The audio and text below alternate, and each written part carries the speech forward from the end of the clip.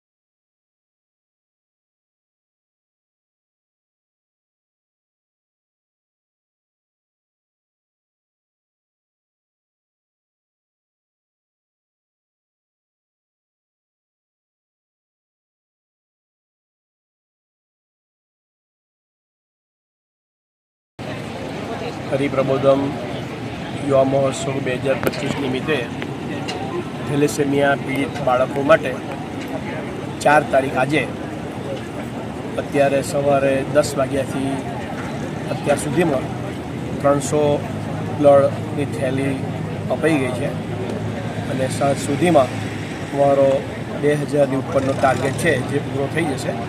હરિભક્તો પધારી રહ્યા છે. આવતીકાલે પણ સવારથી બપોર 3 વાગ્યા સુધી છે જ, તો કાલ સુધીમાં અમે 5000 થેલી અર્પણ કરીએ એવું અમારું આયોજન છે. તો સર્વે ભક્તો હજુ પણ આપણી પાસે સમય છે તો બ્લડ ડોનેશન માટે પધારે. સૌને અંતરના જય સ્વામિનારાયણ, દાસના દાસ.